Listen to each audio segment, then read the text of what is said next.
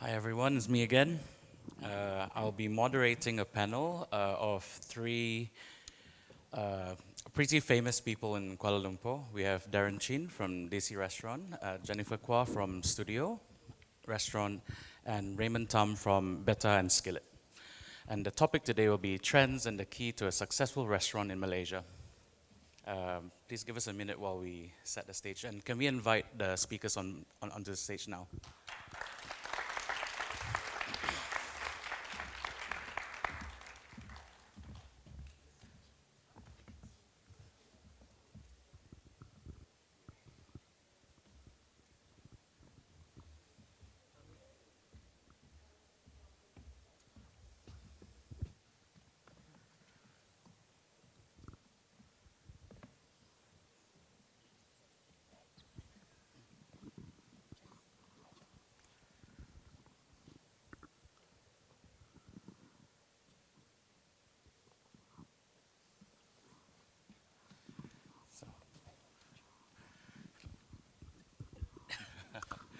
Yeah, so we're here today to talk about a bit about the success stories that these three restaurants have successfully done in Malaysia.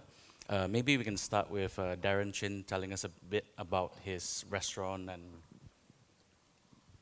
Oh, uh, okay.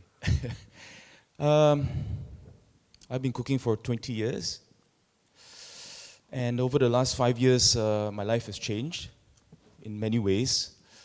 And I'm actually looking beyond the stove already for whatever I built so far. Um, there have been multiple creations of mine over the last couple of years since COVID. Maybe because at that point in time we had a bit of time to self-reflect myself and to see the deepest potential of what we're able to achieve. So currently, right now, we have brick and mortar, one fine dining DC restaurant, just awarded one Michelin star 2023. We have Breath, which is a sister restaurant, which is serving a little bit more casual fare.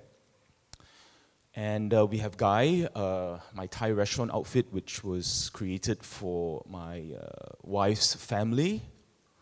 And then on virtual, we have Monsieur Darren, which is my pastry project, which is ongoing. And lastly, we have corporatized the entire group under the name of Horizon Hospitality Group, where we will park all the restaurants under one roof and to invite potential investors so we're able to scale up our businesses further in the future. Thank you, Darren. So Jenifer, can you tell us a bit about your restaurants as well?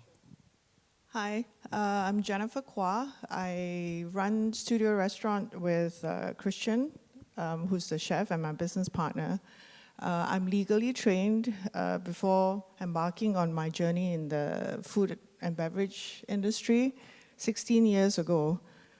So Studio is a modern European restaurant. We describe our food as universal, where flavor is at the forefront.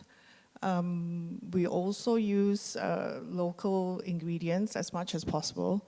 But we found it, we started Studio in 2016. So we were about 90%, we used 90% of our menu was local ingredients then, but Christian, we found that it was very limiting, so we decided to use as much local ingredients as possible and to use imported ingredients where it complements the food. So I think we've arrived after 7 years at a nice point of the restaurant where we feel that we are executing the vision that we have for Studio and in a Malaysian context. Christian is Scottish and I'm Malaysian, Chinese. So I think it's the partnership has created a restaurant that both of us are really happy with in Malaysia. And yeah, we like it a lot. Thank you, Jenifer. Thank And you. Raymond, could you tell us a bit about your restaurant? Hi, my name is Raymond. Been in this industry for 22 years. Started from the pastry chef and chocolatier back then. When I first moved back to Malaysia, then as a lecturer. So me and my group of friends, we just wanted to start it off like a cafe back then, about 8 years ago. So that was the first restaurant we have, which is Skillet, that focus in the modern European. So we draw the inspiration on the seasonal produce. And about 5 years ago, we just thought of, we as a group of Malaysian, we want to own a very Malaysian-driven restaurants. So that's Bata. So Bata, using about 80% of the locally sourced ingredients, we draw the inspiration from different states of Malaysia, be it the ingredients or the flavors. And then we have Run Burn and Co, which we will relocate, will be open in probably early next year. So that is mainly do the grill food, grill item, more casual food sharing. Then all this restaurant is under the Cows Group, which we also do events for a lot of the luxury branding such as Dior, Rolex, and the rest of the fashion brand. Thank you. So for my first question, I'm going to open this up to all three of you.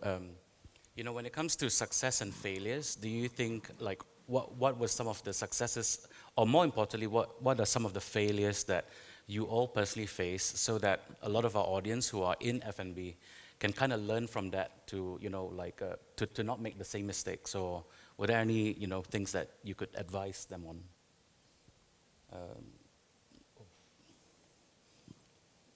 Darren? Or? You say who? Yeah, we'll start with Darren. You're just beside me. So. Okay. Challenges. Of course, there are many. I think the biggest lesson I've learned this year is about tax savings. Not personal tax, but restaurant tax, business tax. And the second biggest lesson I've learned was to go into a business partnership with the right people, the right like-minded people. And this can only be done with through trial and error.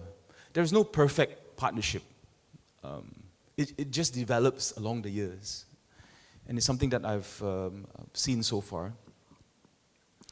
So back to the tax part, I believe that we do not look at the finances, especially when running the restaurants, because we're so involved in operations and the day-to-day operations of how we want things to be ideally for us. But what I've realized was that to be more tax efficient, to be a lot more detailed in terms of how we look, not just our food costs, our staff costs and so forth, on running day-to-day operations, but also understanding how we are able to understand our profitability of the business if we are running a profit, and how we are able to be a little bit more efficient in that way. But I think we'll save that for a separate, more detailed. So I would say that would be my biggest challenges this year. Of course, along the way, we have operation problems, we have HR problems, which have always been an ongoing thing. But we try to find the right people to work for us. We try to find the right people that can contribute to our vision, the way we want things, hopefully. Successes, I mean, I think it's just part and parcel of hard work, I guess. And I think that comes naturally as it goes along. I don't know, and I think that's in my summary so far. So I guess, thank you, Darren. So Jenifer? So I think my experience is a little bit different because I didn't start out in the hospitality industry. So I would say my biggest maybe failing was not having that opportunity right from the start to be involved in the industry. So it took me, when I left law to pursue this, I think there was very little instruction in how you would operate, or the level of service that you would give at a cafe, or in terms of hospitality training. I think that would have been my biggest challenge.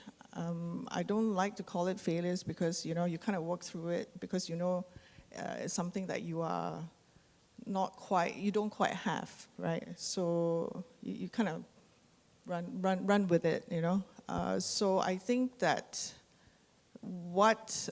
because I'm not, you know, from a culinary school or I didn't have the hospitality training, I think what I would encourage people to do is if you want to be in the industry, start young and just do it.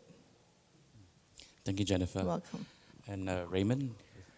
I remember when me and my business partner started off this business like 8 years ago, and some people will say that I think your shop will close within 6 months. Yeah, so that was 8 years ago. I think there's a lot of challenges, and because like 5 of us and only me, only one person is actually in the operation or in the kitchen as well. Of course, we learned throughout these years, and I think the most important is we have to observe and to see and to learn from it. And every day we try to see what can we do better and eventually and better as well. Of course, the people around us is also always trying to give constructive feedback as well. So we learn from there, and something that I learned during the pandemic, and then because during the first lockdown, like, oh my goodness, what is going on? And I just came back from Vietnam at the time, and we don't know what should we do. And we the first one we thought of like, okay, we come up with this DIY box thing, and then the second lockdown, of course, I always a pastry trained back then. We come up with a mooncake, so we also produce quite a bit of the mooncake for some brands, alcohol brands or the fashion brands as well. And then we have our Kuah, and during the third lockdown. So we try to do different things, yeah. And some of the challenges, of course, is the human resources as well. Because this is a F&B business, is very depending on the talents as well. So we also try to see how to keep these people with us, yeah. Thank you. Okay, for my next question, I'll start with Jenifer. What do you think about the current climate in F&B? Like the current market, the current, the current offerings, So when I started my very first cafe in 2007, it's called Food Foundry. There were no cafes apart from, something that's in a mall, So I started it in Section 17 in PJ, and a lot has changed in 16 years, and I think currently we are sort of like at a point where there is a huge gap between dining at the top level and the offering that's being given to the market at a more casual or at a cheaper level. So I think that's, to me, that's very glaring, and I feel that more can be done, in making the propositions more viable. Because when we cook at studio, it's at a very high level, and I think that we are preaching to the converted. So the palate of the of a Malaysian customer is very particular. I think it's used to a lot of spice. It's very strong foods, and we like what we like. I mean, I enjoy those food too. But when even at a casual level, when you offer something that's not quite what they want, there's always a hue and cry, and there's an uproar, So I think that currently in Malaysia, I really hope that the Malaysian palate can be a little bit more open to the different types of flavor profiles that exist, everywhere, throughout the world, Thank you. Thank you very much. So Raymond, I'm going to ask you the same question. What do you think about the current F&B, climate that's going on for Malaysia? So of course, more of the fine dining is open up, but those more casual one, the food sharing one, yeah. And also the F&B from overseas as well is coming in as well. They see Malaysia or the KL is a very good opportunities. A lot coming from Singapore, from overseas as well. And Darren? If you ask a chef or a restaurateur what is the biggest fear, I would imagine it's relevancy. The relevancy of being in need. That's my biggest fear, of actually worrying that one day you just be forgotten and you're not relevant anymore. And it's very sad because how do you overcome this fear?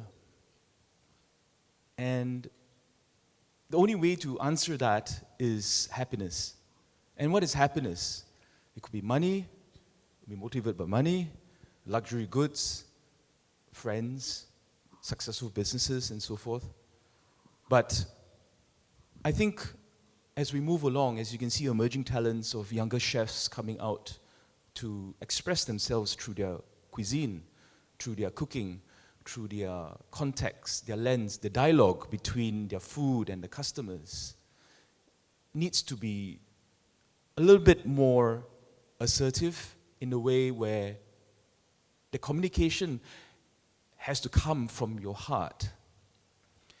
I believe we are still emerging from this because over the last couple of years, only then we've been recognized as a food hub, per se.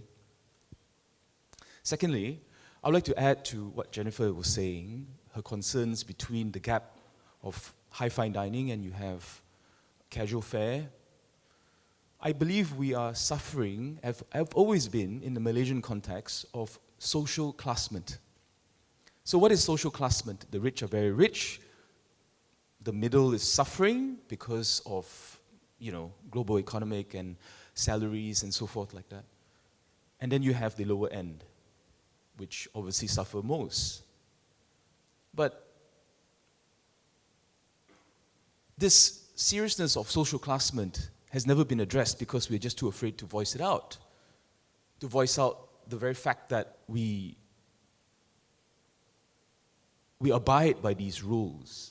But if you take this context to any other country, food is food. It's either good or it's just not suitable to your taste. But the classmen cannot dictate the future of how the way we eat and dine and enjoy food. Your own personal preferences, and with the inclusion of social media and Instagram and influencers and whatnot, the relevancy becomes more skewed, not too much for the food anymore. And it's all maybe for their own personal gain. I'm not quoting whoever it is, but in general speaking, this is my point of view. Yeah, thank you. Very poignant points to think about. I think that's kind of true. With what's happened, social media influences how a restaurant is perceived, and when you have a celebrity chef, that is further even amplified. So when it comes to actual cuisine, what we're saying and what is actually important, right? Actually, I've got another question as well. So this is going to be a bit of a lighter question. So I'll start with Raymond. So what are the main trends that you see happening with F&B? That you see that will happen, that will become popular, or you're already starting to see signs that it's picking up? So when we first started off Bata, so we actually use more of the local ingredients. And back then, I think even probably now, because the diners, and they will always like to have luxury item. When they go to dine out, I'm not sure, I think in general, and people say, okay, I'm paying this amount of money, I want to have lobster, I want to have caviar, and when we first started off Bata as well, and we try to use more of the local ingredients, and back then, not many restaurant is doing it because it's very challenging. Of course, when I compare the two restaurants of us, like Skillet or the Beta, of course, when financially, of course, Skillet is make more sense because it's a modern European restaurant. So, and recently I can see for the past few years, and people started to use more of the local ingredients, is it for the names or, for the goods, and try to support locally or for the sustainable, yeah. So there's more and more restaurants actually trying to champion the local produce. I think which is a very good thing. And we also support the local farmer as well, yeah. And I think another restaurant that, let's say, like the barbecue restaurants, and I can see there's getting more and more restaurants that actually trying to do the barbecue or like the Jasper grill thing, open up, and there's a lot more coming up. Thank you. Darren, a quick one on any restaurant trends that you've noticed? Well, first of all, I don't believe in trends. Because trends tend to come and go. So how can this be sustainable for anyone? The answer is actually quite simple. It's actually within yourself. You create your own trend. You create your own signature. You create your own portfolio. You create your own brand. And I think this is definitely a lot more, I would say a lot more long-lived. Let's put it this way. Okay. Thank you. And Jenifer? I really hope at the fine dining level, we continue to see a trend. Actually, I'm not seeing any trends. I want to say that this will be my fantasy trend, right? That at the top level, people continue to want to eat food because it tastes good, and they continue to celebrate the creativity of the chefs and the restaurateurs who want to bring something new to the plate, as long as it continues to be delicious, and for the consumer to be more open-minded, And I think that my comment on trends would be, I think restaurants or cafes have become a place of entertainment rather than food. So it's very gimmicky. It's, people want a reaction or to react all the time. I don't think that's the way a restaurant should be run, I guess it's fine for someone, but I find it disconcerting that you're going in to be entertained, where maybe we should going for a show, not food. So I have a final question. So what is your personal final outcome from this? For you, what has success meant to you? I'll start with you again. Money. Jenifer? I'm glad I'm still doing this after 16 years, I think that being able to start a restaurant with Christian 10 years ago, Sitka, was something and I never thought would come out of my journey. So I think, I like the experience and I enjoy it. That's great. And Raymond? I don't know, I think since I was like 7 years old, I always dreamed to own a restaurant. I think I still enjoying every day, and especially those people who used to work with us before, and they grow, and then they become someone, and I think it's also partly to giving back to the young people as well. Yeah, so I enjoy that. Thank you. Well, there are going to be some questions from the audience. Okay. So let's start with the top. So how do you handle the shortage of labor and the change of mindset within the chef community? Are youngsters too soft, or is the market exploitative? Who wants to take this? Let's start with Raymond. Yeah, some of my team is here today as well. And some of my ex-team. Um, I remember when I trained in the UK 20 over years ago and with the European people, and back then it is either most like a mentally torturing sometimes because it was very, very tough.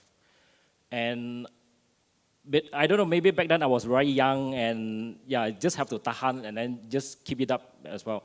But now after 20 over years and now back to Malaysia, and sometimes I do tell because I have a lot of the young chefs with me, and I told them, you know, like back then everything was like so tough, and now a little bit, and you can't really take the pressure, and you start to complain, and you know, eventually you are, you know, being too soft, you know, yeah.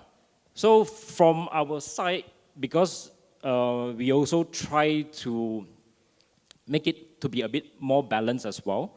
So we also trying out to like giving 2 days off per week. We still experimenting it, and hopefully they are happy with it. Yeah. Okay, great. Okay, We have to play a balance between that as well. Yeah. I think we only have time for one more question. So I hear a lot about money, but should established chefs do more to improve the industry they champion? Is there room for change? I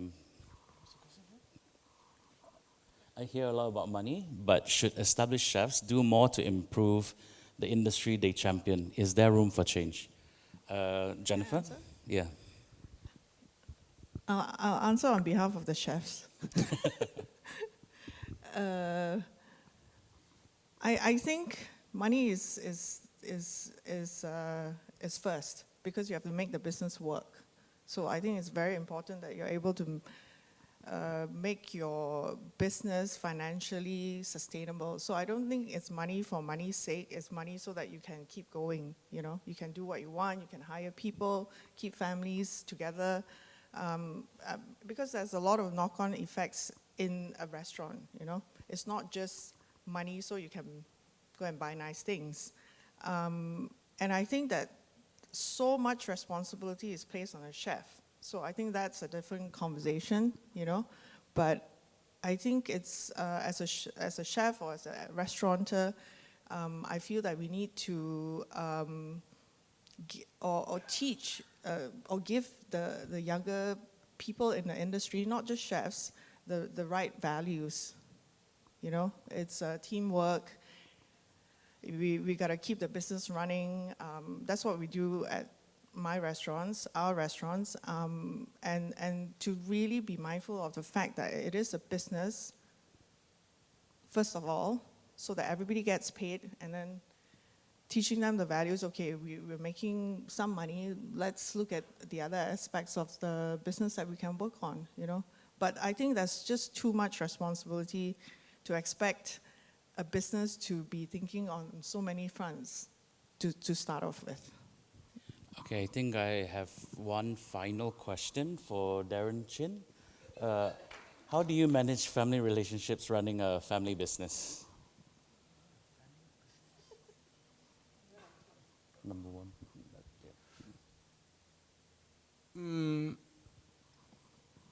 To be honest to you, I don't run a family's business. I want to build a corporation. I want to build I have a dream. I have a dream to achieve. But family is obviously as equally as important.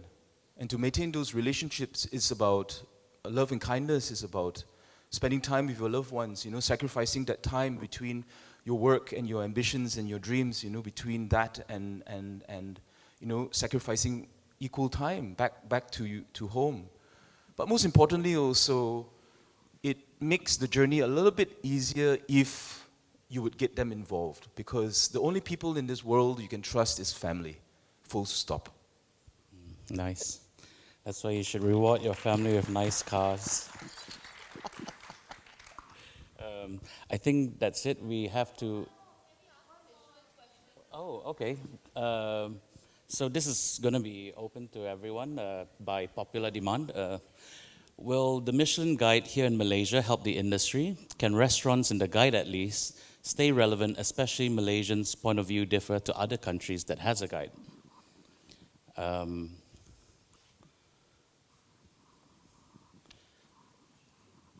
Essentially, it's asking, will the Michelin Guide help the industry, and is it different for us as Malaysians in Malaysia with the Malaysian Guide versus, let's say, a foreigner's point of view of the Malaysian Guide? I think that's what it means. So, Okay, I'm going to answer this. yeah.